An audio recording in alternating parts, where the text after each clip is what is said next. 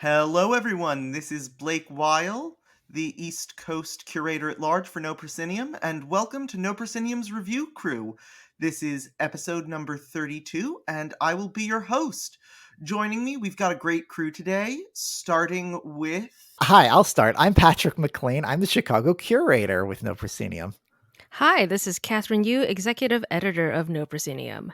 Hello, this is Allie Marotta. I am a New York City correspondent with No Proscenium.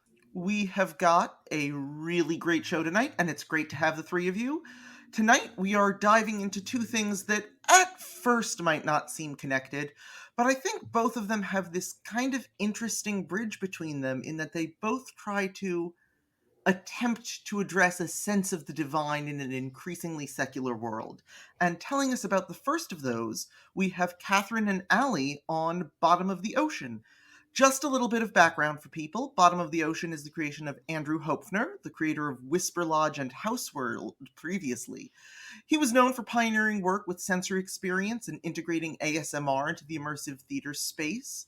Bottom of the Ocean, which we might call Boto just for convenience sake, is really, in his words, an exploration of ritual and the ways that it fulfills us and enchants us. And for the details, passing this over to Allie and Kathryn.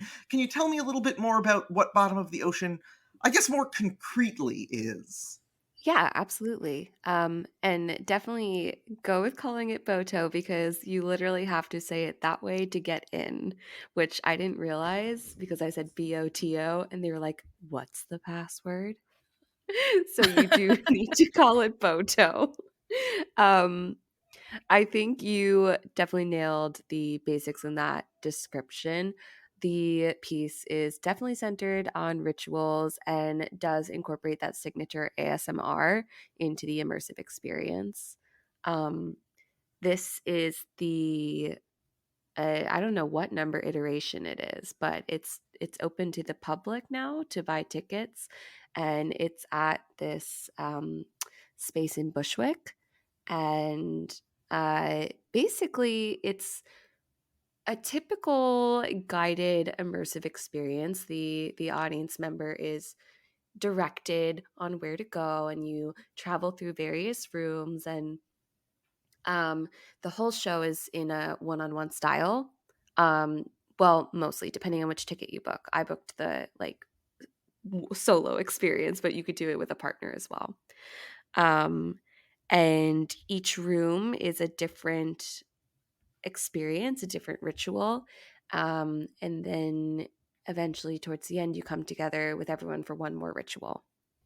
And to be, I guess, a clarifying question with the ticketing then. So, like, is it like a timed entry or does a group of people come together and then they go their separate ways and then come together to have like these singular, unique experiences? Just I'm curious to learn how like the actual like audience engagement is working because you said everyone comes together at the end. So it's a one time slot entry. Everybody gathers in the lobby space, and then I was actually the first person like pulled away, so I don't know how the rest of it went, but I was called away to the first experience. Sorry, my cat's in the background. I don't know if you heard her. She has a lot to say about it. Um, but it's definitely run on tracks because there were moments where I could see other audience members were getting set up for a ritual that I had already experienced. What's interesting though is there are only 3 performers, and there were I think like 6 audience members. So knowing that there are more tracks and performers, like sometimes I was waiting for a moment and it was okay because it was like really aesthetic and there was always something to do. But I was really curious about the tracking system throughout all of it. Yeah, it sounds like they've really built upon what they discovered with Whisper Lodge, which was about the same scale in that there was a room, and in that room you would have a one-on-one and an activity, and then like you all started together, and then they would break everyone up, and then you would end together. And if I recall correctly, the final scene in both Houseworld and Whisper Lodge was a sound bath, and I know that one really strong component of this work, these rituals that are present in Boto and Whisper Lodge and Houseworld is music and the idea of sound and how that kind of like, it a lot of times you don't necessarily think that much about the specifics of ritual design and sound, but it's so well integrated in here, especially in a like participatory way. So I saw a very early version of Boto when it was just Andrew doing all the rituals in his apartment. And to me, I was struck by the use of sound and music as a through line through all his work and just the kind of care and attention to detail. So maybe you could speak, like if that was the same kind of impression you had, Allie, or if, different parts of it really stuck out to you. Absolutely. So this iteration of Boto also ends in what I would call a sound bath as well.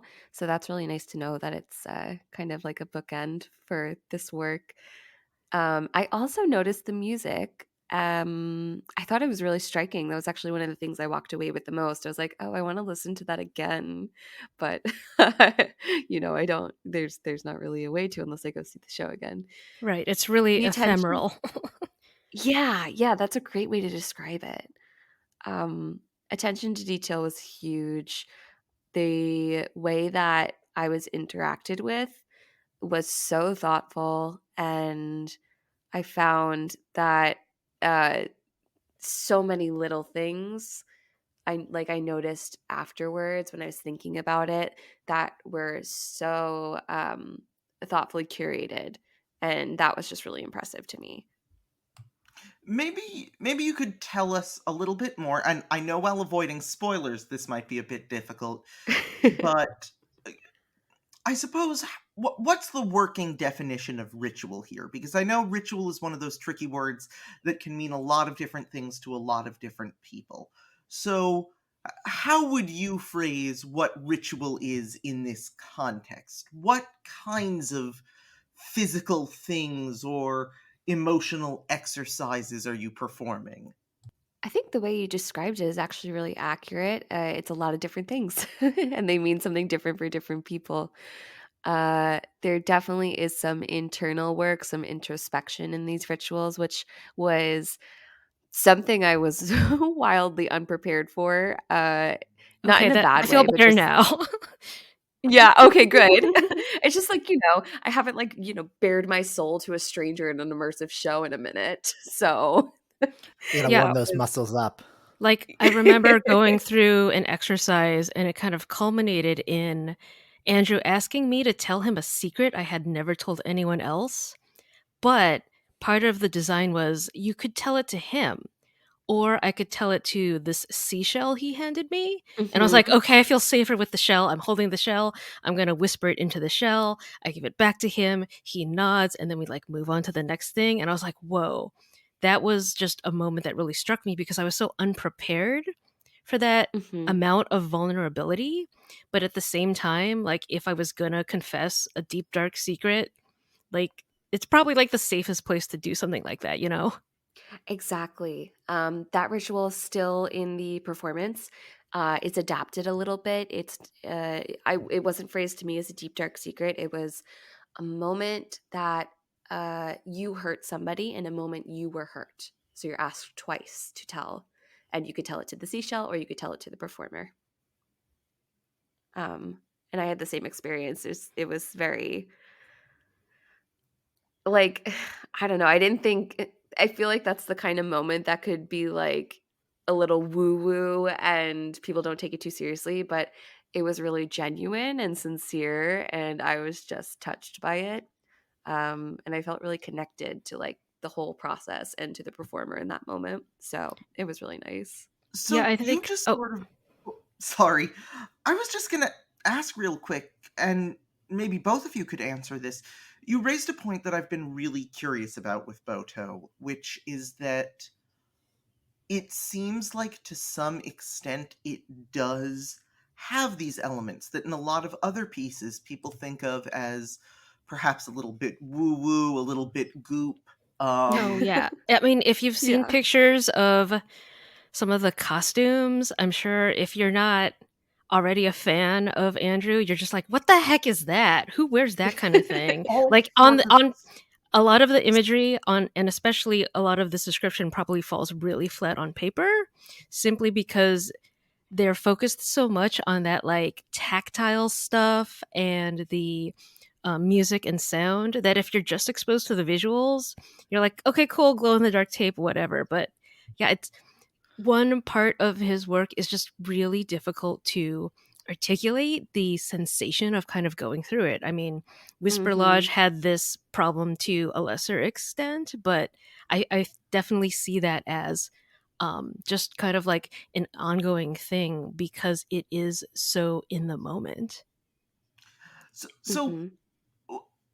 maybe you could tell me a little bit sort of about the marriage there, because there is this very distinct sort of aquatic, vegetative, meets cult Dreamlike, what am I aesthetic looking going at? on. Yeah, Yes. Yep. exactly. And Yeah.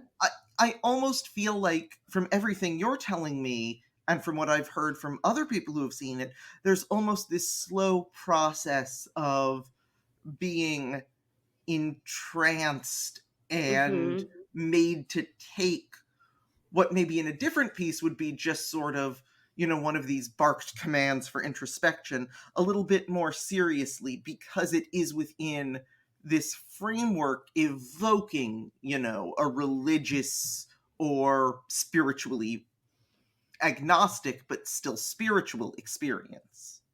Yeah, very much so. The current iteration actually started for my track. It started with an induction, so it is phrased in a very serious way, and the idea of transformation is very present. One phrase that stuck with me that I still remember during the induction is that this idea that um, you are always changing and you're changing into yourself. And I was like, mind blown. That, yep, it just really resonated. And seeing the rest of the rituals after that, and like kind of forgetting that that happened, because I was so in the moment. And then coming back to it afterwards, I was like, oh, I see what you did there. And it was so lovely.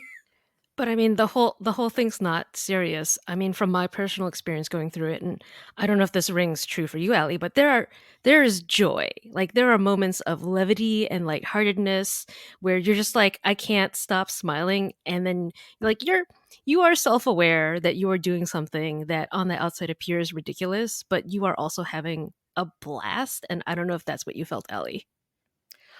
There was one moment, I think, that was supposed to be that for me, but I almost felt a little bit out of place because the rest of it felt so not serious, but like, oh, I don't know how to describe it. Like of a different intention.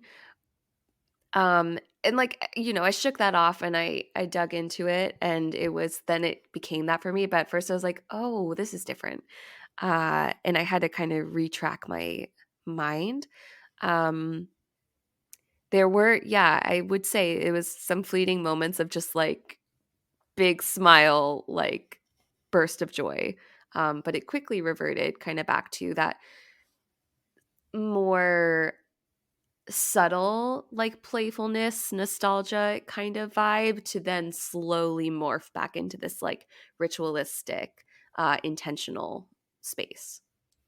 Right. So my And like sense is that like nostalgia. design wise, they're like trying to modulate so it doesn't feel like it's the same tone the whole time. Right. Hmm. Well, Which and is then great. the nostalgia is for your past self in that sense of the evolution, right? It's not nostalgia for they're not trying to produce like a time frame or anything, right? Like it's all self-reflective and Hmm. introspective, right? Okay. Yeah, 100%. So, this is a legitimate question. I do not know this in the slightest. Is there any sort of either plot or frame structure even about sort of the spiritual tradition they have invented for this? Or is it very much just a what you see is what you get series of initiatory rites? That's a great question. Um, when I described it to someone else after I had seen it, I compared it to that Roll the Bones show a couple of years ago, where it was just like a gallery of mini experiences and like looking at experience for experience sake.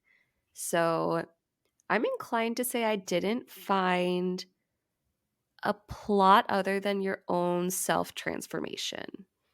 Yeah, I mean, I would say that the vignettes are thematically related, and you can find perhaps commonalities between the different rituals. But if you're looking for something more straightforward, like a linear path between A to B, they're not necessarily pushing you in that direction. Mhm. Well, and I Got it. guess So a thematically consistent new pseudo-religious experience, but not necessarily one that invents its own cosmology. Yeah, because the lore of it is really unclear. My experience was that I was presented with things as they came, and I just, chose to accept them. Some people might have thought it was bizarre, but it's one of those moments where it's like you got to be kind of like a chaotic neutral to get on board with it, I think. Chaotic neutral is exactly the right term, I think. It's funny that you mentioned that because Houseworld was a sandbox, open exploration world where there were different characters in different rooms, and it was also sometimes hard to figure out how the guru in the bathtub related to the monster in the basement, related to the angry chef in the kitchen, etc. And then I see elements of Houseworld being married with the more ritualistic elements of Whisper Lodge, plus the fact that there's this fantastic space that Andrew and the team have slowly renovated for many, many months, essentially cleaning out like a lot of trash and asbestos to create the right environment to really bring this artistic vision to life. So, yeah, I see the roots of Boto in a lot of the other work that I've experienced from this same creator. I think, yeah, that tracks for my experience with Whisper Lodge too. Um, and to me, that just says like this is a really uh, thoughtfully developing artist. And like as someone who's curating their work and growing their work, it just makes a lot of sense.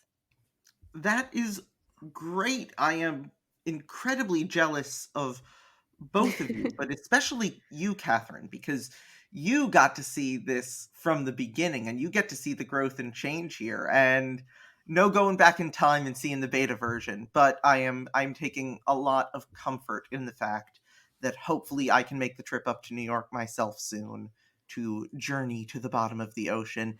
Any sort of closing thoughts on Boto? Anything that you feel sort of sums up your experience in that world? I have a question for Catherine about your original experience with it. What was the environment like, or was it just really focused on the rituals at that moment? It was pretty bare. You could tell the seeds of ideas. If I recall correctly, Andrew put up a lot of sheets to try to like subdivide. I think it was like a spare bedroom. His roommate had moved out. He tried to convert that into more of a show space. And so, you might go under like a sheet tent and there'd be a couple of balloons. And that was the beginning of like a much bigger idea. So you could see the seeds of that there. That's really interesting. I also climbed into a tent filled with balloons, so there you go. Yeah, so the dreams came true. I do want to mention that they've added weekday matinees, and they are starting a lottery for to provide more affordable tickets for folks. So if you want to go check that out, it's boto.nyc. Well, you know that I am going to be signing up for it. And speaking of ritual, I gotta ask you, Patrick, what do you think about throwing oranges at the wall and then stabbing your friend with a dessert fork? I'm for one of those things, but I'm going to leave it to all of you to wonder which one of those I enjoy the most. And for those of you who have not read the book, that is our transition into our next subject tonight. Turn Your Dreams into Art. Lessons in Psychomagic from the San Francisco Underground, a book by Caveat Magister. Now, Caveat Magister is the nom de playa of Benjamin Wachs. He is an author, an academic, a cultural critic. He is the philosopher laureate of Burning Man. Big and difference. Big difference. Although he's quite poetic. I enjoyed his writing quite a bit. Even if I'm a bit more mixed on his ideas, but we'll get to that. And he is also the chair of the San Francisco Institute for the Possible.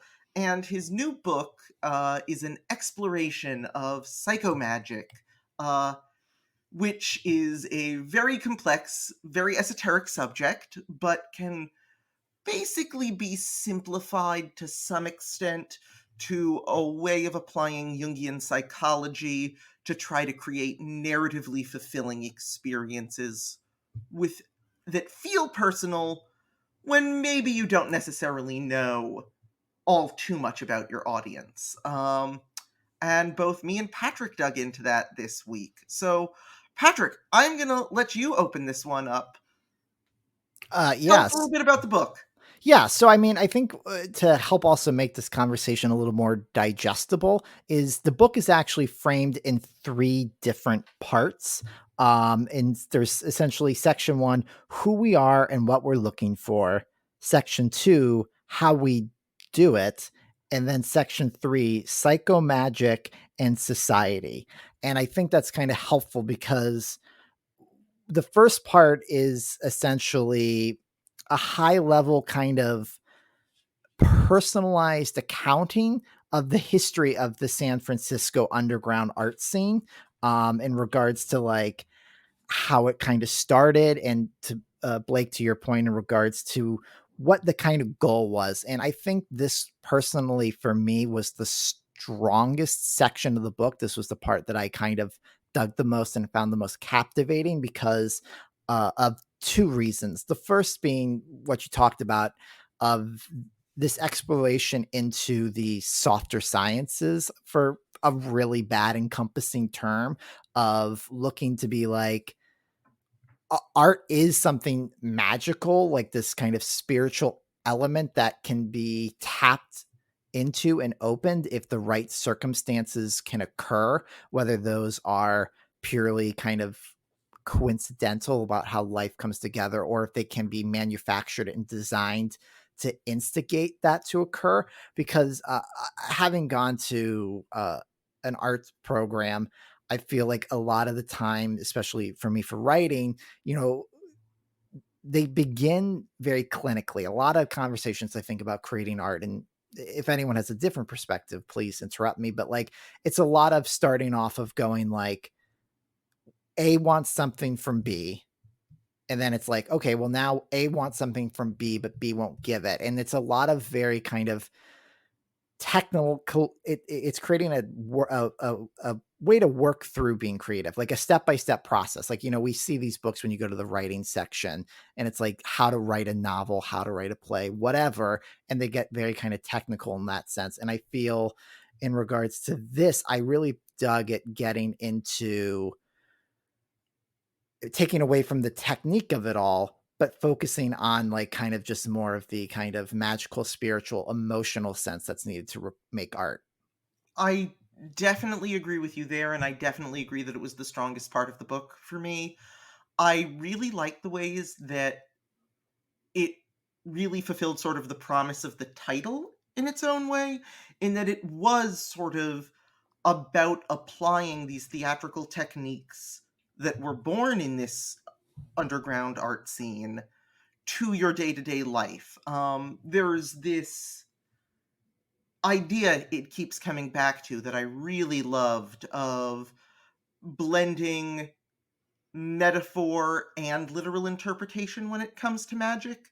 That we can't go back all the way to superstition. That way lies madness. We all read Carl Sagan's The Demon Haunted World. We don't want to do that again. But that we are spiritual creatures with spiritual needs, and allowing your self-belief to a point can be a practical and rational decision. And that felt like something I could bring with me to my day-to-day life, along with some of sort of these very practical ideas on ritual. it was very funny. Both of you, Kathryn, Allie, talked about the tent. One of the things he keeps bringing up is the need to create a border for your ritual. That borders create a sense of separation from the mundane and the profane for a sacred experience to occur. Yeah, and it was really, I think that was a strong part of this section. Additionally, the other thing I really kind of dug, and he makes it very clear that this is not the intention of the book, but I think overall this is actually one of the successes of it from beginning to end, is that uh, Allie, Kathryn, do either of you know anything about the San Francisco Underground other than maybe making a joke in regards to how, oh, that's where people go to do crazy, goofy stuff and get in trouble? Pretty limited over here. I do follow the artistic explorations of people like Danielle Baskin or the folks who had been doing the erstwhile Philatelic Society, which was an outgrowth of the Jejune Institute. So Mhm. probably a little bit more on Oh, the ARG scene, because I view that as a very, to me at least, Jejune and Latitude and all that feels uniquely San Franciscan, to me at least. Catherine, I love that you brought that up because it Uh-oh. may be the perfect transition. I think you may have just accidentally stepped on a little bit of a landmine because we're going to get to in part 3 Magister's opinions on the Latitude Society, which are strong.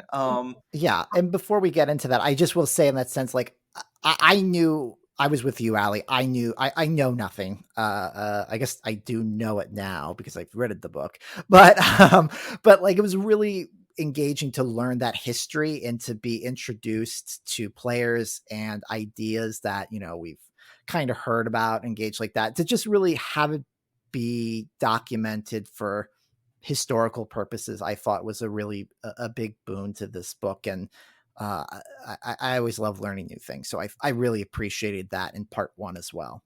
Transitioning a little bit, part 2 is sort of where the book lost me, I'm not going to lie. I know I mentioned, and you mentioned a little bit as well, Patrick, that there are these very practical elements to the book, even if it isn't that sort of rote scientific didactic approach to art.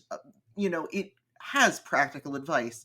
And part 2 is really where the book tries to give the majority of its practical advice on creating worthwhile experiences as Caveat Magister sees them. Uh,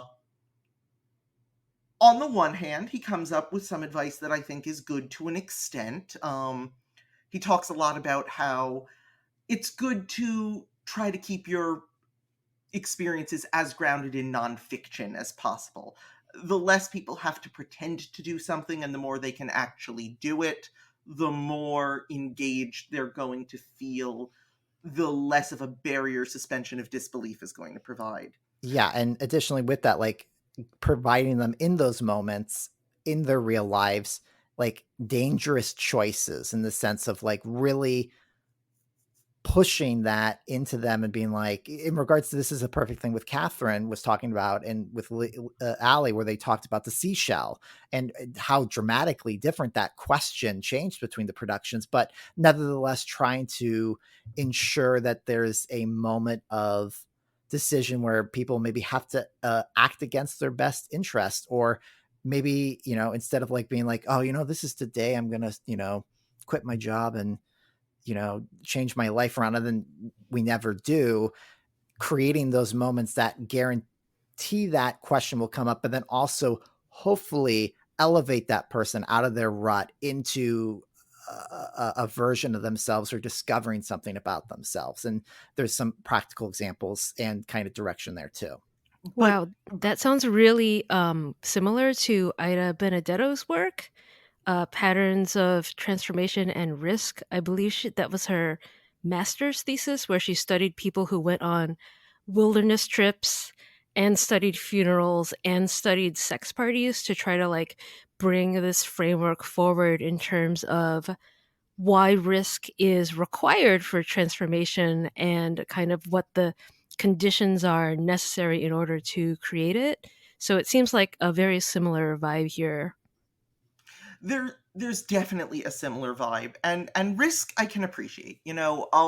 On the one hand, I know the reputation that No Pro has, that some people on the more extreme side of things can accuse us of being scolds out to restrict everyone's fun by our definitions of safety. But consent is kind of where I really draw the line. And a lot of the artistic examples that he draws in this chapter are not things that either the audience or those necessarily drawn into the audience either did consent to or have the capacity to consent to. One example that he really cheerleads is a funeral for a friend of his where they tied old pianos to concrete supports of a major car bridge in San Francisco, set those pianos on fire so that there were flames all around the bridge, and then launched her ashes as sort of a confetti rain over those crossing the bridge. And, on the one hand, very provocative, very loud. On the other hand, oh my God, that's arson. Can you really justify that, no matter how good the art is? And this is where I just started to get more and more frustrated with sort of this attitude that comes in of, oh, transformation is so worth it that all sacrifices are justifiable. Well, and then this is my thought on it, but there's sometimes even in that example and others where it's like, well, as long as you don't get caught breaking the law, and I mean, for that highway example, like, long as you don't get caught having started a massive fire under a freeway, so when people are driving, it looks like they're driving through hell with the flames coming up over the barriers, you're fine. And I think this is the problem, the struggle I have with this is that he keeps coming back to examples, and then he provides very dangerous or very kind of off-putting examples, and then goes, but don't do that. It was highly wrong. It was illegal. We should have never done it. But then offers no, for lack of better words, safer or kind of comfortable options. Like, it's always in the extremes, and he always then goes, well, you shouldn't do that. I can't believe we got away with it. That's definitely dangerous things to do. So it kind of undermines the point that he's trying to make, that like there's really good ideas and really strong potential ways to tap into some of them and to live them, but the examples being provided are not great examples. They're dangerous examples. And I wonder if this section of the book could have been much stronger if the examples were more varied, or they had other things in mind and things like that, right? Like there was other ways to simplify this behavior. I am going to be a little bit harsher than you. I personally think Magister is a great writer, and so I found the book incredibly digestible. I found it flowed well, and so part of me is reluctant to give him that little credit that that he weakened his position there. And there's one thing that really keeps me from doing that. He brings up, well, it doesn't have to be physical danger, that there must be risk and there must be danger in a work for it to be transformative and meaningful, but it can be emotional danger as well. And the piece that he puts in contrast to that freeway piece is a bondage art piece in which I saw a horror movie about this once with Liam Neeson, so forgive me for knowing the details, but it was a piece in which people were suspended from hooks from the ceiling, and between the two hooks, kind of crossing the arc of their spine, they had strings pulled taut, and then they had musicians bowing those strings as music to provide a concert for onlookers. very literally playing these people as instruments. And he presents this as an equal emotional risk to the physical risk of setting large fires in public spaces in California, which, if you know your fire history of California, is definitely pretty dangerous. And I think there's almost an intent to kind of flatten the idea of danger, to say, well, these two things are comparable. So if you don't find it scary or objectionable to potentially emotionally traumatize someone by exposing them to this controversial and, macabre erotica, then I don't see why you would find it objectionable that I set fires under a bridge. Yeah, I don't disagree in that sense, because then there's also another part where um whether this happened or not is unclear, but he provides an example of, like, someone's working in a restaurant as a host, and they call the next name to call is Abraham Lincoln, and they're like, okay, whatever, and the person calls Abraham Lincoln party, and then not one but two different people dressed as Abraham Lincoln come up and then begin to argue about which Abraham Lincoln party is up and which table is ready. And while he does constantly as well point out, like, if you do things in public that are dangerous or people might not like, you have to respect that they are not going to be happy and they will react poorly.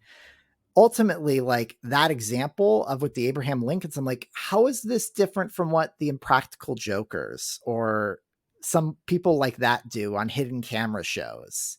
And it really deflated the, like, all of the talk of magic and, like, going emotionally inward and trying to take greater risks.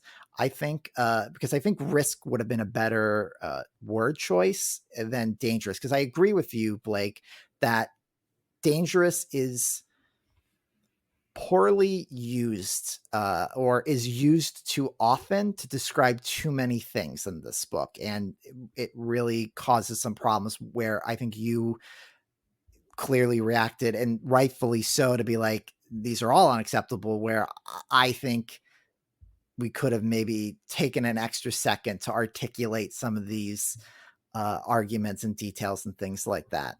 I think what I'm hearing, because I haven't read this, obviously, but, like, is it fair to say that it's also getting at shock factor over danger? Like, I think I agree with you that danger doesn't feel like it's the right word. Yeah, Well, no, 'cause there's pretty legitimate danger there. This book contains spelunking accidents, rotting viscera being sprayed over an audience. It contains, you know, the outright physical danger of being out on the playa, which he but acknowledges. You go to Burning Man, you risk potentially dying. but to Allie's And point, he does constantly, I feel, while he provides those examples, the examples that he holds up the most are always ones that come down to engaging, like, one-on-one. He has, especially in the later half, even more into part 3, he talks about the most engaging experiences being ones of random connections with people that he happens to have the right thing or the right knowledge or right phrase, and it's this psychomagical moment where it seems like you're getting to go on a quest and stuff like that. And I think, to Allie, to your point, I think it's into Blake, like, I think it's like they're mashed together. They're just it's just a poorly constructed section, I think, in regards to there's too big ideas that are freely combined or flow into each other too easily, when there could have maybe been more specific separation and clear delineation between the two. Because, like, the lessons begin to blur together to a certain point. Kathryn, may I ask you to repeat once more who it was who was writing about the necessity of risk for transformation? Yes, so that's Ida Benedetto. I believe the website is patternsoftransformation.com. And in her framework, she does talk about creating a magic circle, but also checking in with the participant at the end about the transformation, how they're feeling about it. And so I think, putting safety and consent is at the center of her work. And because she studied such a broad range of experiences, it's not focused purely on physical risk, but also social risk and emotional risk from the kind of social encounters that you might have at a sex party or at a funeral. And I think that's probably a more balanced way to look at these seemingly disparate activities and recognize the types of transformation and risk and circumstances that can apply to kind of experience design as a whole. And I think he does a really good job of reminding that people have their own agency, and if they won't want to do this, that's fine. Or if they want to get upset with you, that's their right. But Kathryn, to that point, the book does lack any kind of clear instruction on how to de-escalate or to ensure that an audience member who literally turns a street corner to find themselves in this magic wonderland as the performers and the creators have taken over a street with no permission from anyone, how the audience can elect to, in that example, of course, they can just keep walking around. But in some of those other examples we've talked about, there's no clear way to, or there's nothing ensuring that their safety is, they have the ability to back out, I guess. So there's a metaphor that he keeps coming back to that I just kind of want to throw out to everyone in the group and ask what your take is on it before we move to part 3. He keeps asking the reader to imagine the greatest ride at Disney World. Not an actual ride, but in your mind's eye, what could the greatest possible ride at Disney World be? And then he states that, well, no matter how great it is, it will never be as interesting or exciting or as life-changing as breaking into Disney World. Thoughts? Woo! Wow. Yeah, I don't know about that. To me, it's one of those phrases that's so false it isn't even incorrect. Yes, I agree, it's probably more exciting and life-changing. For a certain However, person. that's not a Yeah, like useful breaking and entering recommendation. isn't for everybody. And I guess that just kind of strikes me generally with one of the problems here is that I think that everyone deserves some transformation. And even if you're not going to get as much transformation out of the greatest Disney World ride in all possible worlds, maybe you could build a Disney ride that gives people a little bit of transformation and they don't have to sacrifice their whole lives for it by, setting things on fire, breaking and entering, trespassing. I mean, yeah, but Yeah. exactly. people aren't going to Disneyland for transformation. So I guess I have to ask, who is he talking to? Who is the audience for this, right? Because I feel like the Yes. audience is a very specific countercultural subset of artists and rule breakers who have a certain amount of privilege. Yes. So burners. Oh boy.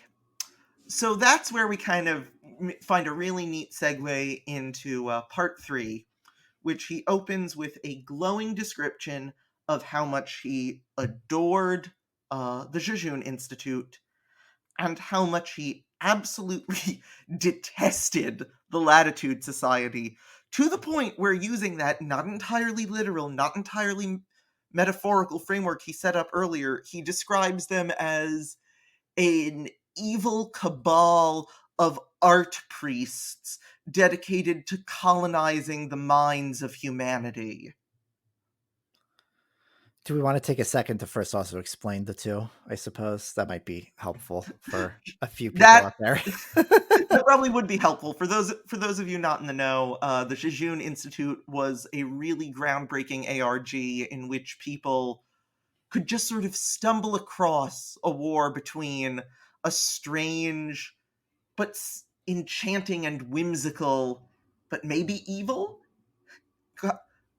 organization, the titular institute, and the resistance trying to oppose them.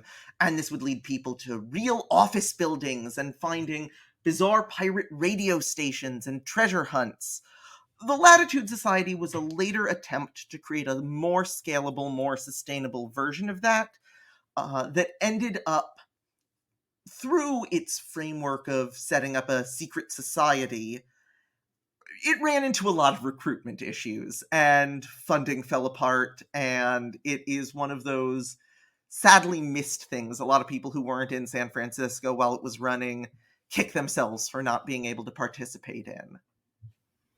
Yeah, my impression of Yeah, it was more of a members club, a private club with elements of a startup, because they were trying to do more permanent investment that way. And so there was a thing about being invited, and you could only be invited if someone who was already in the club invited you. So there was an air of exclusivity around it, whereas the previous project had been much more open and openly And- discoverable.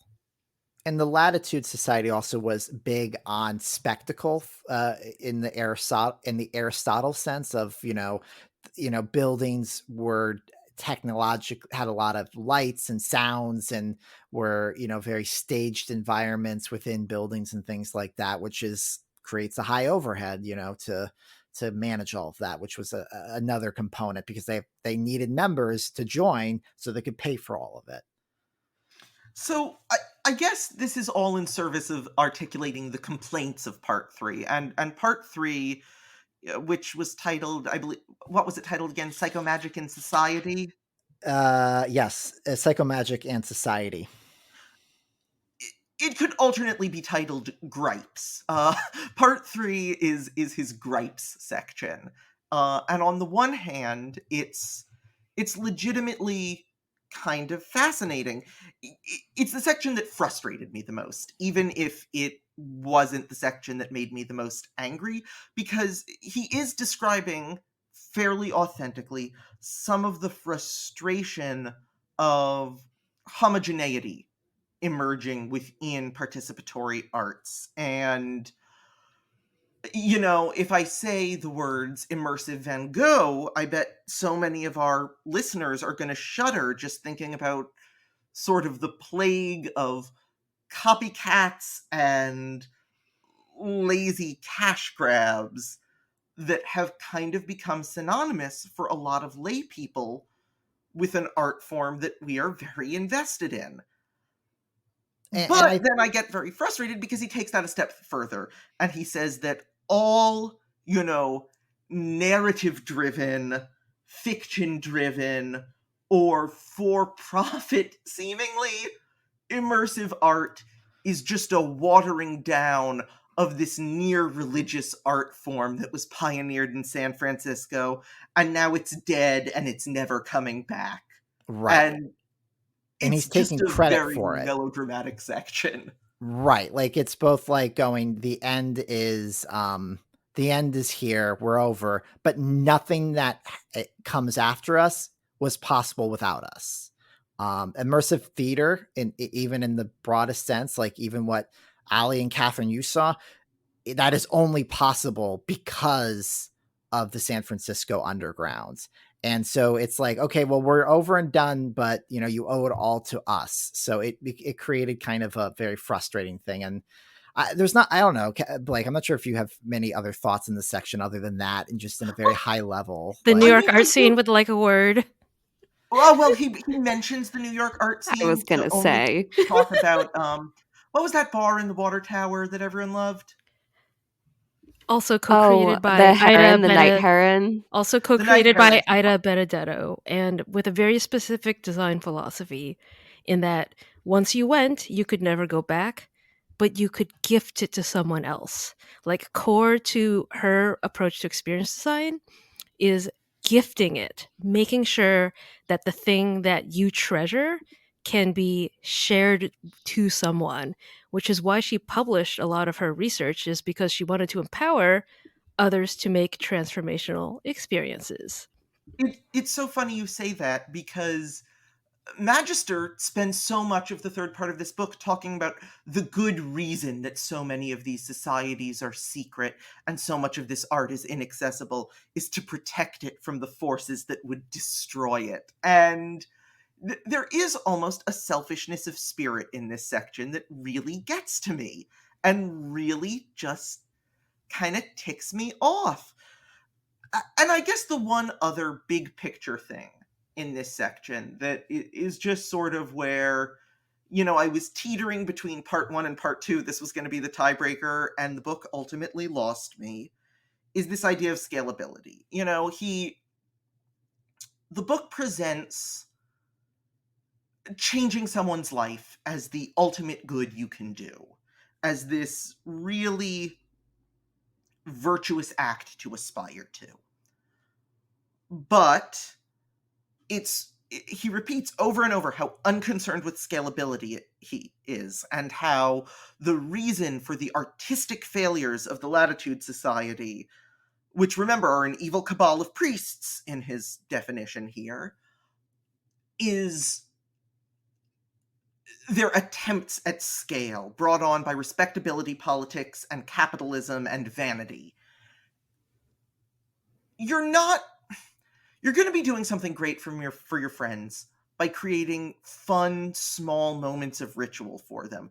That thing with the oranges and the stabbing your friend in the arm with a fork that we were joking about earlier, that was an spur-of-the-moment ritual he created for a friend that really defines sort of a fun little consensual psychomagical experience. But you're just not going to change that much that way. In the grand scheme of things, doing fun art for your friends and associates might be validating and worthwhile for you, but you can't position yourself as the lever on which the world moves by doing that. So I guess in that sense, now that you've put this book down and you have had your moment, if you were to pick up another book, Blake, what would it be? Well, I'm not. First, let me say, however harsh I'm being, and trust me, I know I'm being harsh, I think it's worth the read. I disagree strongly with a lot of its points, but I think for people trying to mix the secular and a sense of the divine, this provides a really interesting philosophical framework here. And it also provides, as you so aptly put, a really valuable, if subjective, history of an art scene not a lot of people are that intimately familiar with. However, this is as good a time as any to announce we're starting a book club. That's right, everybody. Woo! This was such a fun little experiment, reading this together and chatting it over, and then coming on the air to argue about what we thought of it, that we've decided that it would be fun to invite all of you along. And so for the No Pro Book Club, we're going to be alternating between books like this, which talk a lot about theory of immersive work and practical advice in constructing it and its history, and the fiction that has either highly influenced immersive work or has been highly influenced by immersive work. So next month, because we just did one of these theory books, we're starting off with one of the fun bits of fiction, and we are going with Neil Stephenson's Snow Crash. You have heard all about the metaverse, I'm sure, in the news, on your feeds, potentially with the spamming of the name change whenever you boot up the Facebook app. But now you get to see where that term and where that concept started to percolate, and maybe start to question whether it's such a good idea that we're building it after all. Blake, So how this is going to work... Oh. How often do you boot up the Facebook app? I'm just curious. So my phone is maybe 5 to 6 years old, so my good apps God. crash a lot. Okay. So, So okay. it runs on Sorry. Steam. Got it. Yeah. I guess that tracks with the Facebook. The so. Facebook. Just like an old. Yeah, I know, I'm ancient. We better wrap this up before I turn to dust and blow away in the wind. So how this is going to work is you all have until March 15th that is going to be a Tuesday, to finish up Snow Crash. I know I'm going to be starting it tomorrow. Then we are going to have an opportunity for everyone to have a little literary salon in the No Pro Discord. Pop on in, share your thoughts, chit chat that evening. We will have an exact time on that evening of the 15th closer to the date. But come in, discuss the book, share your thoughts, talk it over. Staff is going to be there too, myself included. And then review crew after that.